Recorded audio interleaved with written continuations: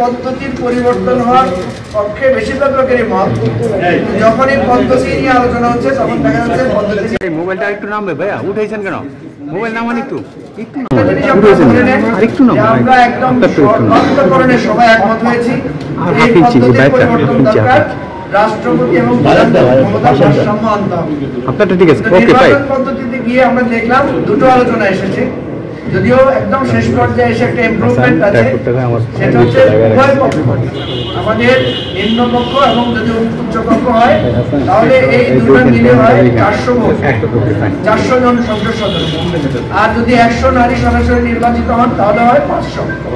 তো এখানে একটা কথায় আমরা সবাই একমত হয়েছি যে এই 500 জনের সরাসরি ভোটে, যেহেতু আর্টিকেল 70-তে আমরা একটা সংস্কার এনেছি। আর্টিকেল 70-তে বলা হচ্ছে সংসদ সদস্যগণ স্বাধীনভাবে মত দিতে পারবেন। সুতরাং সেক্ষেত্রে গোপন ব্যালটের মাধ্যমে এই 500 জনের ভোটের ভিত্তিতে রাষ্ট্রপতি নির্বাচিত হবে। এটার ব্যাপারে কারো কোনো দ্বিমত নাই, কিন্তু যোগ করা যেটা, সেখানে ভাবলে আরেকটা ইলেকট্রাল কলেজ যোগ করা যায় কিনা। সেই ইলেকট্রাল কলেজের মধ্যে দুই ধরনের প্রস্তাব এসেছিল। একটা হচ্ছে একদম ইউনিয়ন পরিষদের মেম্বার পর্যন্ত, অর্থাৎ সকল প্রতিনিধিদেরকে ইলেকট্রাল কলেজে একটা করে ভোটের অংশ নেয়। এটা অনেক বড় হয় সাইজটা।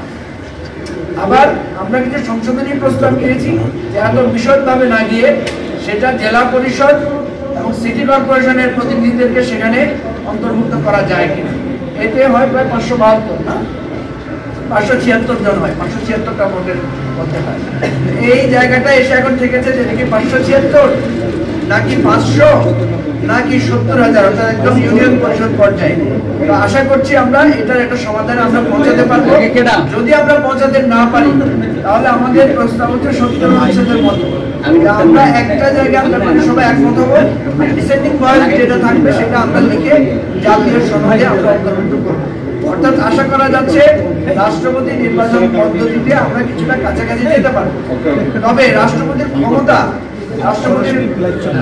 ক্ষমতার ক্ষেত্রটা বাড়ানোর বিষয়টা কিন্তু কোনো কোনো ক্ষেত্রে আলোচনা আছে, সেটা নিয়ে আমরা আলোচনা করব।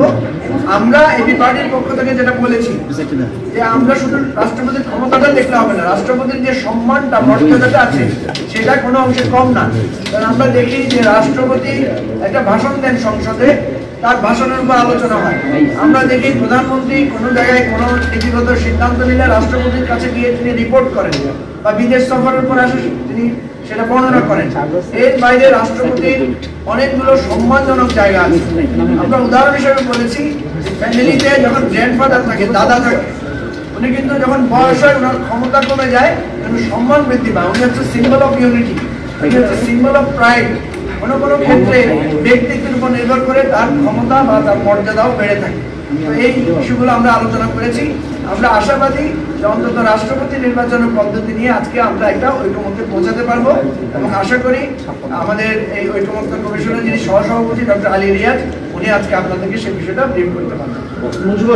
রাষ্ট্রপতির ক্ষমতা ভারসাম্যের জায়গায় রাষ্ট্রপতির ক্ষমতা বাড়ানো কোন জায়গাটা? দেখেন, একটা জিনিস তো আছে এনসিসি গঠনের কথা আমরা যেটা বলেছি, এবং রাষ্ট্রপতির কাছে আগে যে ক্ষমতাটা ছিল যে প্রধান বিচারপতি উনি নিয়োগ করতে পারতেন। এখন রাষ্ট্রপতি কিন্তু যখন তত্ত্বাবধায়ক সরকার সময় থাকে তখন তো রাষ্ট্রপতি অটোমেটিক্যালি পাওয়ারফুল হয়ে যায়। আর যে জায়গাগুলোতে আমাদের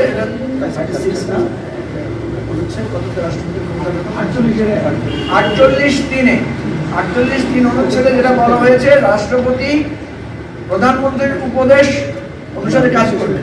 আমরা সেখানে বলতে চাচ্ছি যে রাষ্ট্রপতির পরামর্শ ক্রমে কাজ করবে। এইভাবে রাষ্ট্রপতিকে, এরপরে ধরেন আমাদের সশস্ত্র বাহিনীর ব্যাপারটা আছে, এই জিনিসগুলো এখনো আমরা আলোচনা তুলি নাই, সেজন্য আপনাদেরকে আগাম বলতে চাই না। আমরা এটা নিয়ে আলোচনা করব। তবে এবি পার্টির পজিশন হচ্ছে যে ক্ষমতা বিকেন্দ্রীকরণ করতে গিয়ে আবার রাষ্ট্র যাতে মানে সরকার যাতে আনস্টেবল না হয়। কারণ যেহেতু আমরা একটা ফাইট করছি আপনার এনসিসি নিয়ে, আপনারা জানেন এনসিসি নিয়ে আমরা বিরাট ফাইট দিচ্ছি, আমরা বিরাটভাবে এটার জন্য পক্ষে আছি। এনসিসিটা হলেই কিন্তু একটা মৌলিক জায়গায় একটা পরিবর্তনের দৃশ্য আমরা দেখতে পাবো। সুতরাং বিকেল পর্যন্ত আপনারা অপেক্ষা করেন, ইনশাআল্লাহ দেখা যায়।